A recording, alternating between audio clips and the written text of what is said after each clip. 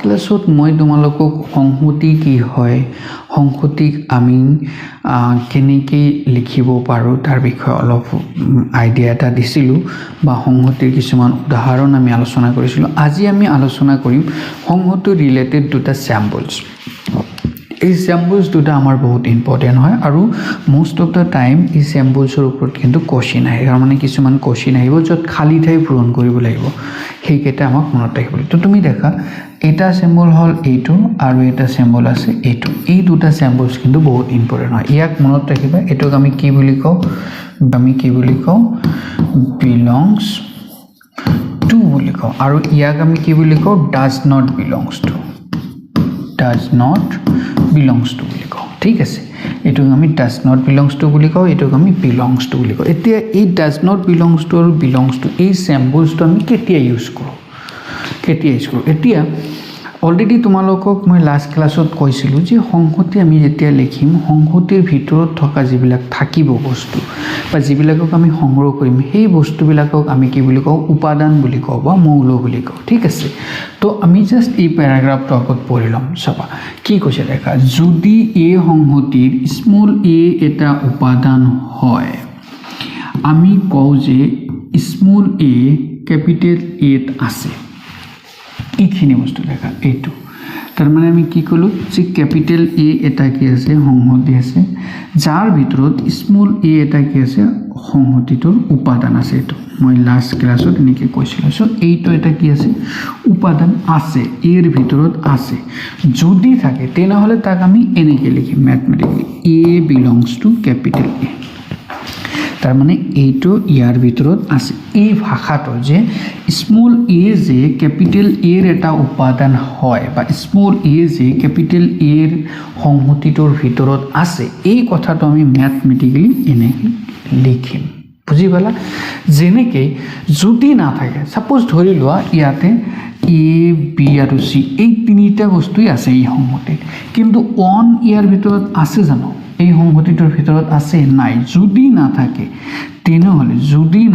তেনেহ'লে তাক আমি এনেকৈ লিখিম, এইটো চেম্পল চেক কৰিম, ডাজ নট বিলংছ টু। তাৰমানে এইটো মানে কি যে ওৱানটো কেপিটেল এ সংহতিৰ ভিতৰত নাই। বাছ এই দুটা বস্তু মনত ৰাখিব লাগিব যে বিলংছটো আমি কেতিয়া দিম আৰু ডাজ নট বিলংছটো কেতিয়া দিম। তো বিলংছটো কেতিয়া দিম, যদি তাৰ মৌল হয় বা উপাদান হয় বা তাৰ ভিতৰত যদি থাকে, তেতিয়াহে আমি এইটো ইউজ কৰিম, আৰু যদি নাথাকে তেনেহ'লে আমি এইটো ইউজ কৰিম। বাছ এই বস্তুটো তোমালোকে মনত ৰাখিবা। এতিয়া তুমি দেখা এইটোৰ ওপৰত ৰিলেটেড এটা কুৱেশ্যন দিছিলে তোমালোকৰ এক্সাৰচাইজত। তুমি কুৱেশ্যনটো দেখা, আমাক কি কৈছে যে ধৰা হ'ল এ ইকুৱেল টু এইটো এটা সংহতি দিছে, যিখিনি কৈছে খালী ঠাইত যথাযথ প্ৰতীক এইটো belongs to and not belongs to বহুৱা, এই দুটা এটা চেম্পল দিছে এইটো আৰু এটা চেম্পল দিছে এইটো, এই দুটা যিকোনো এটা বহাব দিছে, খালী ঠাইত বহাব দিছে। এতিয়া তুমি দেখাচোন ইয়াতে এইটো 5 বিলংছ টু হ'বনে নহ'ব, কাৰণ দেখা 5 ইয়াৰ ভিতৰত আছে, 5 আছেনে নাই, আছে। 5 আছে যিহেতু তেনেহ'লে কি হ'ব, বিলংছ টু বহিব, নহয় জানো। 8 ইয়াতে আছে জানো, 8 ইয়াতে আছে নাই, 8 যেতিয়া নাই তাৰমানে আমাৰ কি হ'ব, 8 নট বিলংছ টু হ'ব। বুজি পালা? 8 নাই কাৰণে নট বিলংছ টু। এগেইন তুমি দেখা 0 ইয়াতে আছে জানো, 0 নাই মানে আমি কি কৰিম, এনেকৈ নট বিলংছ টু দি দিম।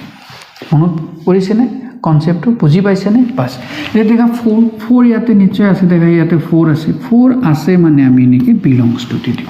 চিমিলাৰলি দেখা 2 ইয়াতে আছে, 2 আছে মানে আমি কি দিম, এনেকৈ বিলংছ টু দি দিম। আৰু দেখা এতিয়া 10 আছে জানো, 10 ইয়াৰ ভিতৰত নাই মানে নট বিলংছ টু। একদম বহুত ইজি কনচেপ্ট হয় যে যদি ভিতৰত থাকে আমি বিলংছ টু বহাম, যদি ভিতৰত নাথাকে আমি নট বিলংছ টু পাম। বুজি পালা?